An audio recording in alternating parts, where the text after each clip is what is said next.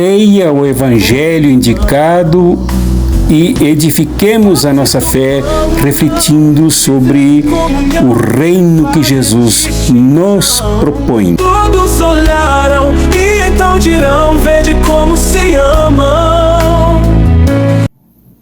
Minhas queridas, meus queridos desta comunidade, reflexão do Evangelho, Evangelho destinado a este domingo, o último do Advento, é este cuja referência aparece aqui na tela de São Lucas, no capítulo 1 em diante. O interessante é ler o capítulo todo, mas a partir desses versículos aí mencionados, indicados, 39 a 56. Aqui é fundamental, usando aquele nosso método de ler o Evangelho no seu contexto, buscar os elementos contextuais, não só literários, mas religiosos, econômicos, políticos, sociais, culturais, e também de olho na nossa atualização, na nossa realidade. Nesse sentido, o destaque aqui é para estas duas maravilhosas mulheres. Vejam aí na tela também. Isabel e Maria. Duas representações da humanidade, dois estados econômicos, sobretudo humanos, da humanidade. Duas representações do que caducou, do que perdeu a importância, do infértil, e a outra representação do novo, do revolucionário, da irrupção da criação humana.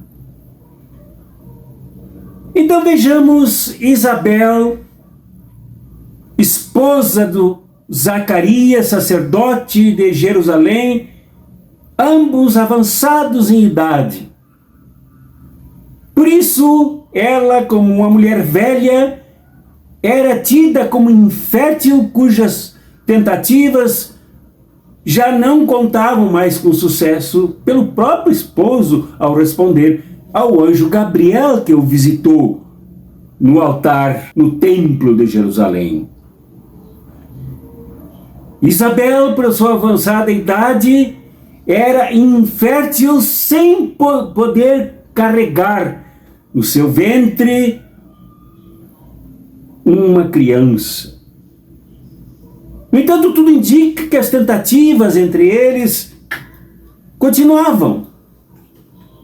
E, sobretudo, na disposição humilde deste sacerdote em pedir de Deus, pedir a renovação do ato criador para que a sua esposa engravidasse.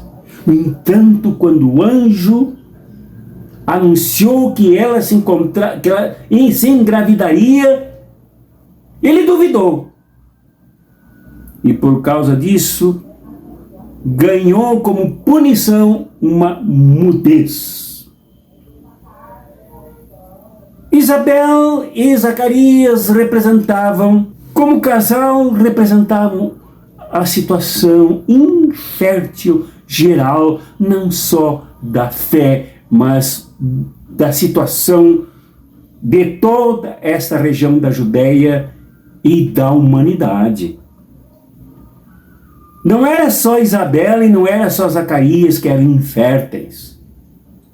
Nesse momento, o silêncio dos profetas e o desvio religioso do templo, muito bem retratado por Lucas nesse trecho, no caso em que o anjo se aproxima ao lado do altar e fala com Zacarias, que se sentiu perplexo. Se fosse aqui no Brasil, nós diríamos que ele ficou branco, passou por todas as cores, se fosse interpretar a partir da nossa cultura. Enquanto a multidão se encontrava lá fora do templo, no pátio. Isso quer dizer que o anjo conversou com Zacarias e anunciou a gravidez da velha Isabel ao lado do altar, porque este altar já não tinha mais importância. Este altar era infértil. Este altar representava a religião que faliu na traição praticada contra o projeto que depois será retomado por Maria.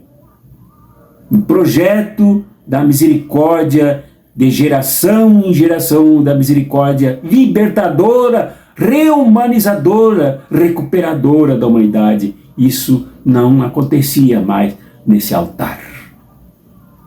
Um altar de rituais. Um altar de orações vazias. Um altar de sacrifícios e holocaustos contra animais que não alcançavam os objetivos propostos pelo que o ritual encaminhava. Por isso, ao lado do altar, fora do altar, com a multidão lá fora, por fora da liturgia, por fora do culto, por fora dos atos religiosos, porque eles não significavam mais nada em virtude da falência de fundo desta infertilidade. O mundo se encontrava todo infértil. É isto que representa esse casal. É isto que significa a infertilidade de Isabel. No entanto, ela se engravida de João o Batista,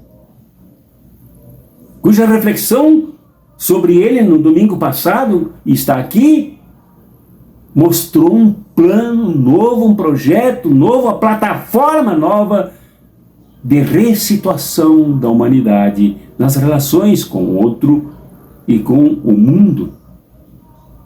E aqui está Maria, visitando Isabel, com outra representatividade, com outra vida. Embora Isabel, muito acolhedoramente, a recepciona com emoção. Tanto que Lucas, médico, descreve que a criança se mexeu no seu ventre. João Batista era agitado já desde o ventre da mãe. E ali no ventre da mãe se agita o bebê, o feto. No coração da mãe se agita o órgão cardíaco.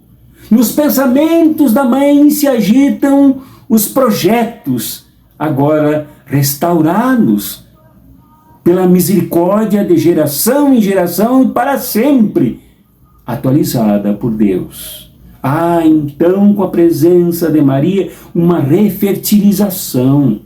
Não importa a idade, não importa o significado do desprezo. Mas aí se encontra a outra.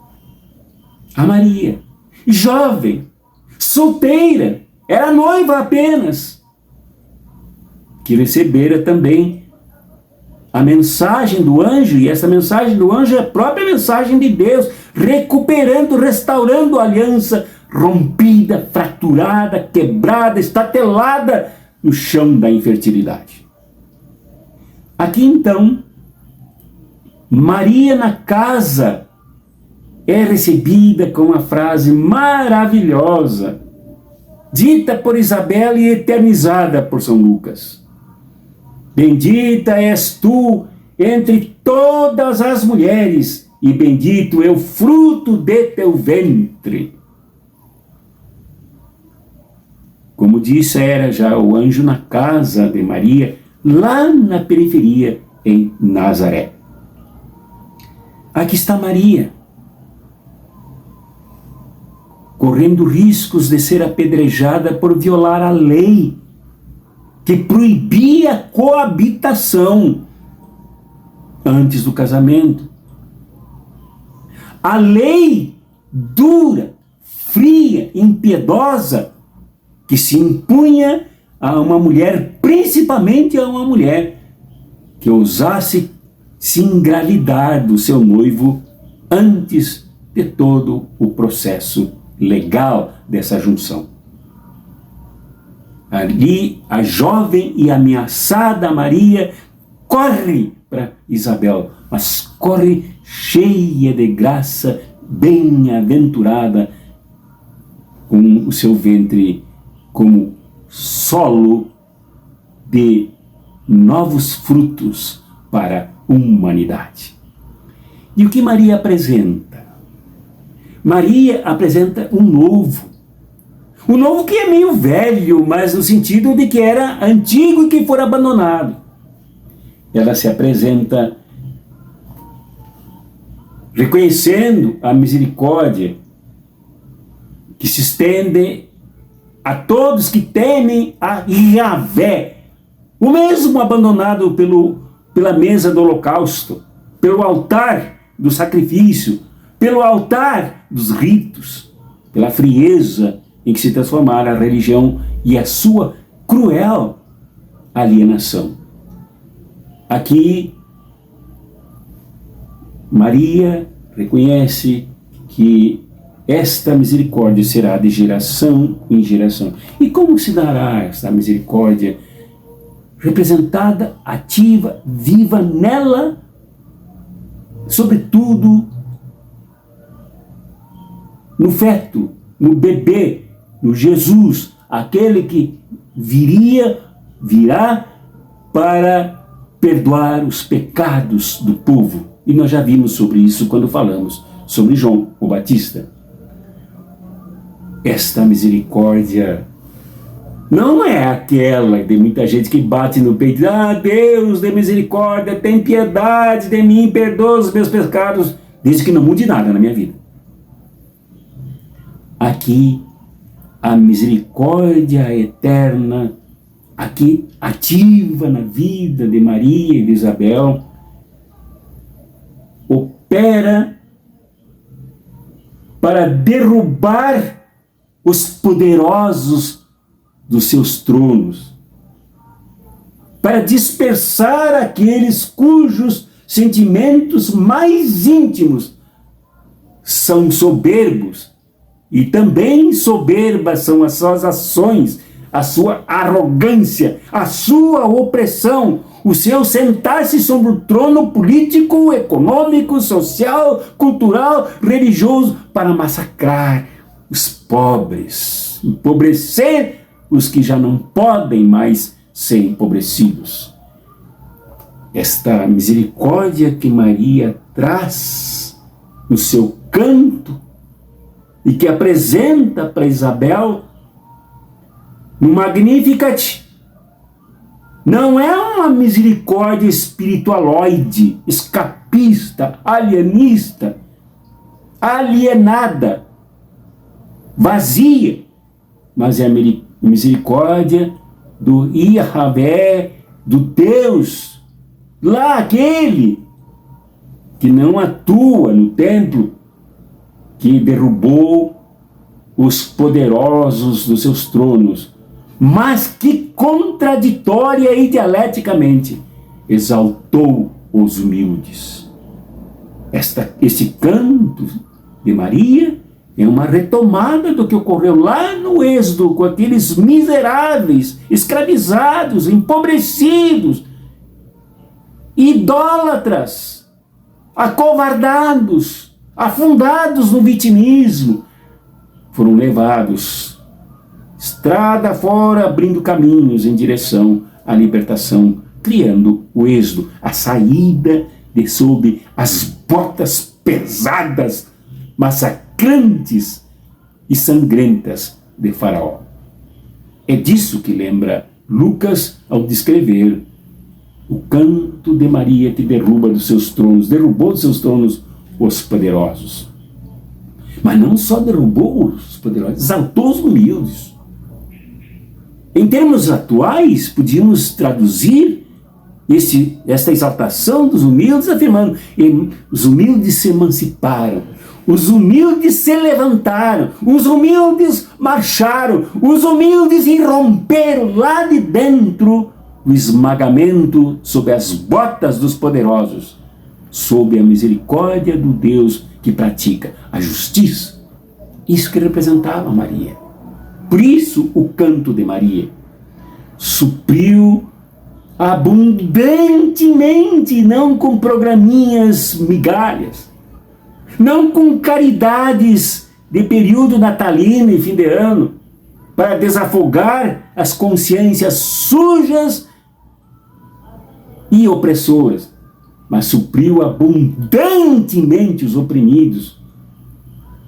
Mas não só isso, expulsou de mãos vazias o que se achavam ricos. Esse encontro entre a infertilidade de tudo que era improdutivo.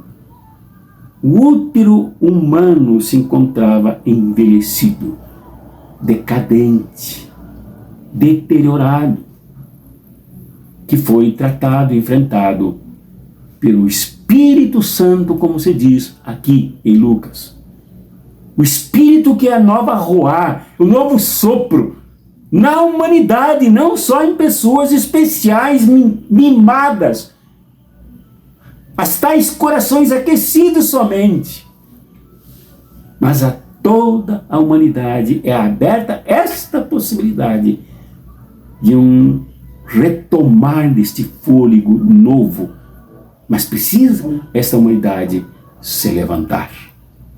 É isto que representa o canto de Maria, que representa o abraço dessas duas mulheres, uma abrindo pelo seu ventre a primeira porta para o caminho de Batista, o profeta que retoma o profetismo morto, vazio e silencioso. E a outra, a afirmação do programa de Deus, que não é aquele da bênção para que a vida seja boa nesse dia, num modelo que não é tocado, que continua uma máquina de moer suor, sangue, produção, riquezas, roubos.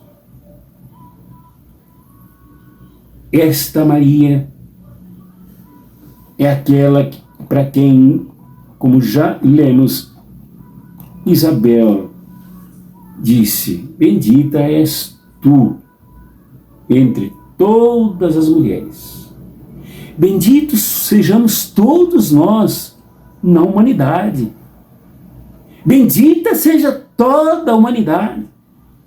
Benditos sejam os trabalhadores, sejam as trabalhadoras, tão excluídos, tão deportados, tão expulsos, tão diminuídos, tão esculhambados nos seus direitos. Benditos sejam todos os trabalhadores, benditas sejam todas as trabalhadoras, benditos sejam os pobres que têm as ruas como espaço de moradia numa vida degradada e degradante. Benditos sejam as vítimas do capitalismo, e nós precisamos falar claro aqui. Como o canto falou claro naquele tempo, como Lucas escreveu claro para a sua comunidade. No enfrentamento da derrubada do sistema capitalista, que é o trono dos poderosos. Na destruição deste modelo opressor, que se constitui nas armas dos ricos que tudo exploram para serem ricos. Exploram dos pobres, exploram das mulheres, exploram dos escravos, exploram dos trabalhadores, exploram daqueles que eles empobrecem.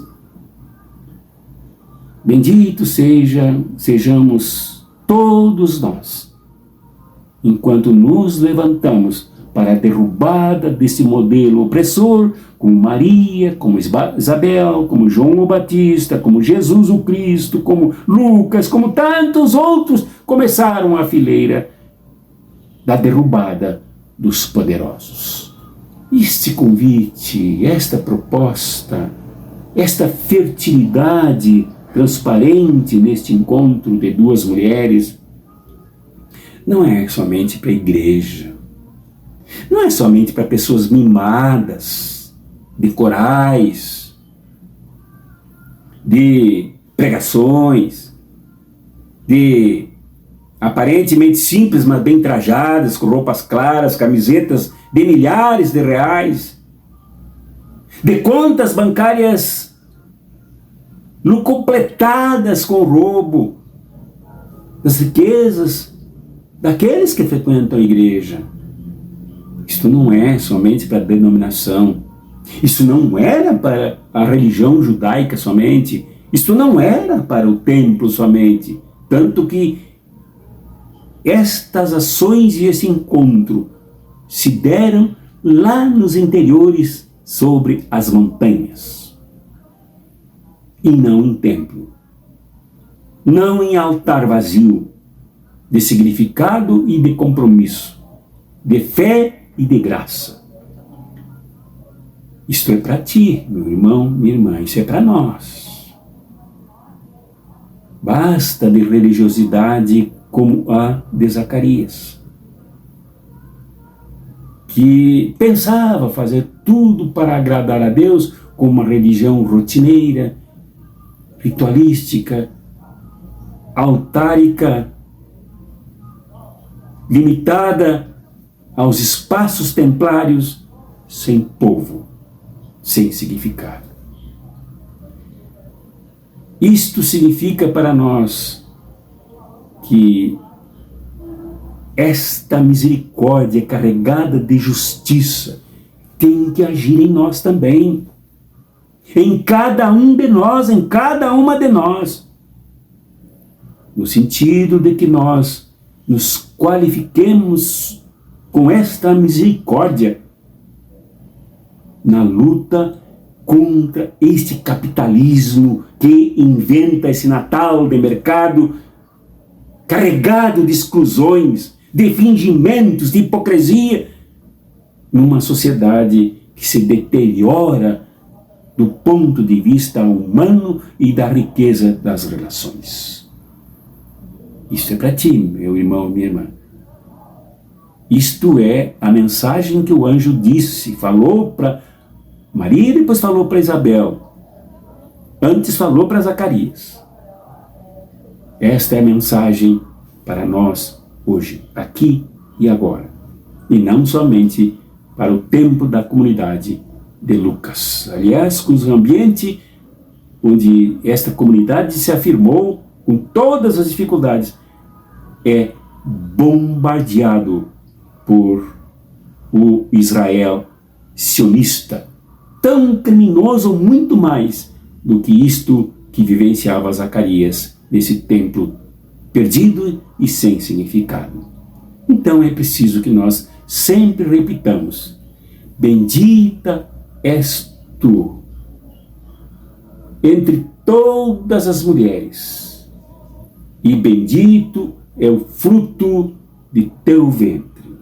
Bendito és tu também, bendita és tu também, e tudo que fertiliza em tua vida.